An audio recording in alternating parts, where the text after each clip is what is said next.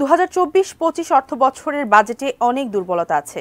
বর্তমান বাজেটের লক্ষ্য ঠিক আছে, তবে তা অর্জিত হবে কিনা বাজেটে তার কোনো নির্দেশনা নেই বলে মনে করেন তত্ত্বাবধায়ক সরকারের সাবেক অর্থ উপদেষ্টা ডক্টর এবি মির্জা আজিজুল ইসলাম। এদিকে ডিবেট ফর ডেমোক্রেসির চেয়ারম্যান হাসান আহমেদ চৌধুরী কিরণ মনে করেন প্রস্তাবিত বাজেটে অর্থ পাচার রোধ, দুর্নীতি নিয়ন্ত্রণ, অপচয় কমানো ও মূল্যস্ফীতি নিয়ন্ত্রণে নেই কোনো পদক্ষেপ। শনিবার সকালে এফডিসিতে তর্কযুদ্ধে অংশ নেয় Bangladesh university of business and technology ও কুমিল্লা বিশ্ববিদ্যালয়ের বিতার্কিকরা। প্রস্তাবিত বাজেট অর্থনৈতিক স্থিতিশীলতা বজায় রাখতে সহায়ক হবে শীর্ষক ছায়া সংসদে পক্ষে বিপক্ষে যুক্তি তুলে ধরেন শিক্ষার্থীরা।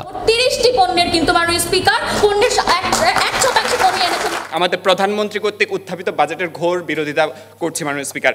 সভাপতির বক্তব্যে ডিবেট ফর ডেমোক্রেসির চেয়ারম্যান হাসান আহমেদ চৌধুরী কিরণ বলেন, দ্রব্যমূল্যের ঊর্ধ্বগতি, রিজার্ভ ঘাটতি, ডলারের উচ্চমূল্য, আর্থিক খাতের বিশৃঙ্খলা, অর্থ পাচার, লাগামহীন দুর্নীতি সহ নানা চ্যালেঞ্জের মধ্যে উপস্থাপিত হয়েছে 2024-25 অর্থ বছরের বাজেট।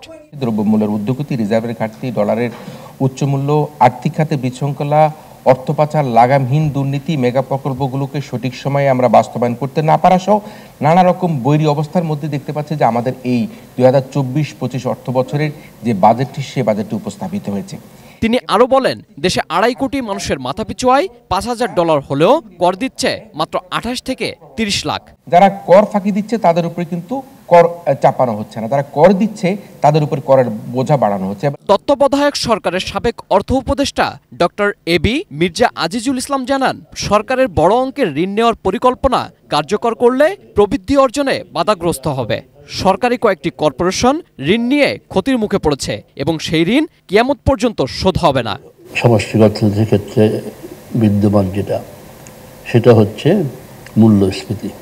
যে পন্থায় মূল্যস্ফীতি নিয়ন্ত্রণ করা যাবে তার সুস্পষ্ট দিক নির্দেশনা আমি পাই না। অর্থাৎ দেশে বেশি বিনিয়োগ করা, উৎপাদন বাড়ানো, সেই দিকটা আমাদের দৃষ্টি দেওয়া দরকার। বিতর্ক শেষে এবার ফলাফলের অপেক্ষা। আমরা হানা ভোট নিয়ে এই রায় ঘোষণা করে দিব। 5 জন বিচারকের বিচারে বিজয়ী ঘোষণা করা হয়। অর্থনৈতিক স্থিতিশীলতায় প্রস্তাবিত বাজেট সহায়ক কিনা এ বিষয়ে সরকারি দলের পক্ষে বলা ইউনিভার্সিটি অব বিজনেস অ্যান্ড টেকনোলজির বিতার্কিকদের।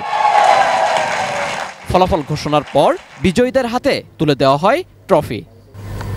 Mujahidul Islam, ATN news, Dhaka.